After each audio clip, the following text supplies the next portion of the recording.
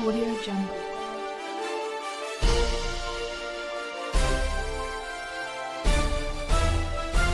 Audio Jungle. Sujangarh की जनता की मैंने राय ली। जिस तरह से राजस्थान की जो हालात है वर्तमान पॉलिटिकली, माननीय गहलोत साहब ने बहुमत सिद्ध करने के लिए राज्यपाल के सामने समय मांगा। इस संबंध में जो हालात हैं कार्यकर्ताओं से जानकारी ली और स्थानीय व्यापारियों से ली। मैं बताना चाह रहा हूँ कि लगातार उठापटक में कुछ भी हो सकता है। गहलोत सरकार के लिए ये एक खतरे की घंटी भी हो सकती है और गहलोत सरकार के लिए ये पक्ष का माहौल भी हो सकता है। हालांकि गहलोत सरकार के पास मजबूत हैं, विधायक ज़्यादा हैं, लेकिन पर्दे के पीछे जो राजनीति हो रही है वो और कुछ कहानी कह रही है। इसी संदर्भ में मैंने कई कार्यकर्ताओं और व्यापारियों से आज प्रतिक्रिया ली वर्तमान राजस्थान के राजनीतिक हालात पर। क्या कहना चाहेंगे राजनीतिक उठापटक और कांग्रेस में जिस तरह हो रहा है प्रदेश में, आप एक कार्यकर्ता के रूप में क्या कहना चाहेंगे? मैं सबसे पहले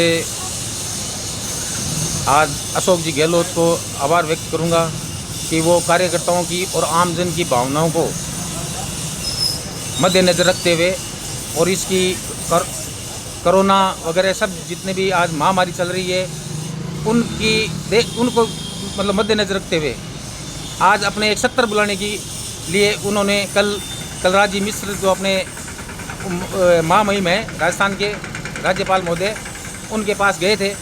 उन्होंने कहा सत्र चलाने के लिए हमारे को अनुमति दी जाए ताकि हम कोई कोरोना के और एक सत्र के अंदर इस आम जन के मतलब भलाई के लिए कुछ कदम उठाएं, कुछ कर सके। उन्होंने मना कर दिया। उन्होंने कह दिया कि ऐसे नहीं होगा ये। उन्होंने न तो उनकी बात सुनी, दूसरी बात उनके बाद में चिट्ठी का जवाब नहीं दिया। उन्होंने जो फ़ोन किया उस फ़ोन पे उन्होंने कह दिया कि भाई ठीक है मैं आपको बाद में बताता हूँ, टाल मटोल करके। और उन्होंने ऐसा एक षड्यंत्र रचा जिसके अंदर सब परेशान हो गए और आम जन ने वो कल देखा, उससे आश्चर्य से रह गए कि ये आज राज्यपाल महोदय के पास गए हैं या किसी बीजेपी के कार्यकर्ता के पास गए हैं। उनको आज आम जन ये सोच रहा है कि हमने भविष्य में कभी ऐसा नहीं देखा कि एक राज्यपाल के पास में जाने वाला व्यक्ति, जो आज राज्यपाल महोदय की जो गरिमा होती है, जो संवैधानिक पद होता है, उस पद की गरिमा को साइड करके और उन्होंने जो बात कही, जो उन्होंने जवाब दिया, जो उनके साथ में अशोक जी गहलोत के साथ में जो व्यवहार किया, उससे ये आम जन को ये लगने लगेगा कि ये बीजेपी के कार्यकर्ता है और राजस्थान के राज्यपाल नहीं है। जिस तरह से राजस्थान में राजनीतिक घटनाक्रम हो रहे हैं और आपकी क्या प्रतिक्रिया है? इस कांग्रेस में उठापटक होगी, क्या कहना चाहिए? आप इसको घटनाक्रम कह लीजिए, मैं इसको दुर्भाग्यपूर्ण कहूँगा। जिस तरह की भाजपा सरकार और हर कई राज्यों में कर चुकी है और राजस्थान में करने पे उतारू है, पूरे राजनीतिक सिस्टम को उन्होंने हाईजैक कर रखा है। बड़ी बड़ी अपनी जो हिंदुस्तान की एजेंसियां हैं, ईडी हो, जो भी है, पुलिस प्रशासन हो, जो भी हो, सबको हाईजैक कर रखा। अब तो उन्होंने राज्यपाल को भी हाईजैक कर लिया है और सत्ता पक्ष में भी राज्यपाल अशोक गहलोत मुख्यमंत्री भी नहीं सुन रहे हैं, सत्र चलाने की परमिशन नहीं दे रहे हैं। और सत्ता पक्ष के भी पूरे विधायक और अशोक गहलोत जिस तरह की लड़ाई लड़ रहे हैं, वो पूरे राजस्थान को बचाने की लड़ाई लड़ रहे हैं।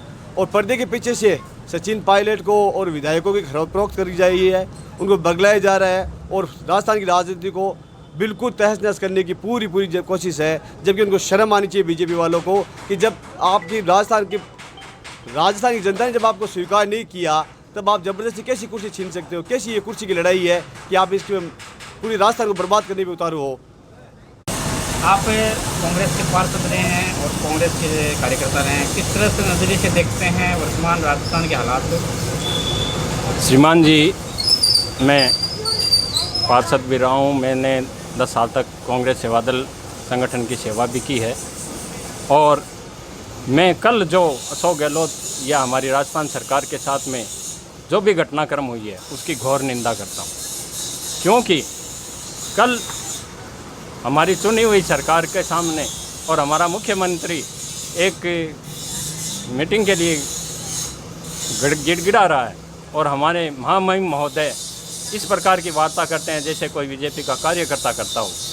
तो मैं इस बात की घोर निंदा करता हूं और निवेदन करूंगा, महामहिम से निवेदन भी करना चाहूँगा कि हमारी चुनी हुई सरकार को तवज्जो दें और अपना बीजेपी युक्त जो पर्दे के पीछे काम कर रही है उसको न करते हुए आप एक हमारे महामहिम हैं और अपने पद का सदुपयोग करते हुए हमारी सरकार, चुनी हुई सरकार को मीटिंग के लिए तवज्जो दें। धन्यवाद। कहना चाहेंगे राजस्थान के वर्तमान जो हालात हैं, राजनीतिक घटनाक्रम हैं, आज जो हमारे जनता के द्वारा, उनके प्रतिनिधि द्वारा जो सरकार चुनी हुई है, गहलोत साहब की सरकार जो चुनी हुई है, उनके साथ आज राज्यपाल ने जो व्यवहार किया है वो लोकतंत्र के लिए सही नहीं है।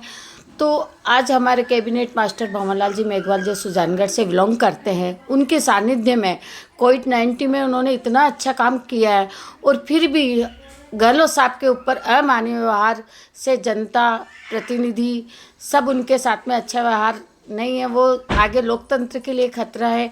मैं गहलोत साहब के साथ पूरी तरह से समर्थ हूँ और जनता भी उन्हीं के साथ समर्थ है। आगे सरकार गहलोत साहब जिस तरह से चलाते हैं वो शायद कोई हमारे नेता नहीं चला सकते हैं। जय हिंद। क्या कहना चाहेंगे जिस तरह के राजनीतिक घटनाक्रम हो रहे हैं और राज्यपाल ने कल गहलोत साहब को जिस तरह से कोरोना वायरस के चलते आग्रह ठुकरा दिया था? मेरा ये मानना है कि जिस तरह से पिछले 15 दिनों में राजस्थान सरकार का जो घटनाक्रम चल रहा है, तो मेरा ये निवेदन है कांग्रेस के जो केंद्रीय नेतृत्व से कि उन्हें गहलोत साहब के बारे में केंद्रीय नेतृत्व के बारे में सोचना चाहिए, ताकि राजस्थान को भी एक अच्छा नेतृत्व मिले और केंद्र में गहलोत जी जाएं तो उनको भी अपने जो स्वाभिमान की और वर्चस्व की जो लड़ाई लड़ रहे हैं उसमें वो भी सफल हो जाएं। तो मेरा ये विचार है कि जिस तरह से गहलोत साहब ने इकट्ठा कर रखा है विधायकों को, होटल के अंदर 100 विधायक एक साथ इकट्ठा है, तो कोरोना काल के चलते मेरे हिसाब से सही नहीं है। महामहिम राज्यपाल द्वारा जो कल का जो निर्णय दिया गया वो मेरी नज़र में बहुत ही सही था, क्योंकि कोरोना संक्रमण के दौरान ऐसा कोई भी अगर शक्ति प्रदर्शन करना है या विधानसभा में बहुमत स्पष्ट करना है, जो भी है ये सही नहीं है मेरे हिसाब से। धन्यवाद। वर्तमान राजस्थान की राजनीति के हालात हो रहे हैं और आप व्यापारी हैं, क्या कहना चाहेंगे? वर्तमान स्थिति के अंदर जो अपने राज्य सरकार के अंदर जो हालात हो रहे हैं, अशोक गहलोत जी की जो सरकार है उसके अंदर उन्होंने अपने वो बता रहे हैं बार बार, उन्होंने अपने 102 मेंबर सिद्ध भी कर दिया। उन्होंने राज्यपाल के नाम समक्ष जाके अपनी जो प्रक्रिया की थी उस पर 100 आदमी उन्होंने प्रस्तुत भी कर दिए थे। फिर भी राज्यपाल ने उन्होंने कहा कि सत्र बुलाया जाए। राज्यपाल ने उनको इतना सांत्वना दी है कि सत्र बुलाने की जरूरत नहीं है 102 है, लेकिन ये एक बहुत ही अच्छी राजनीति नहीं है, ये अपने राज्य के लिए उचित निर्णय नहीं है उनके लिए।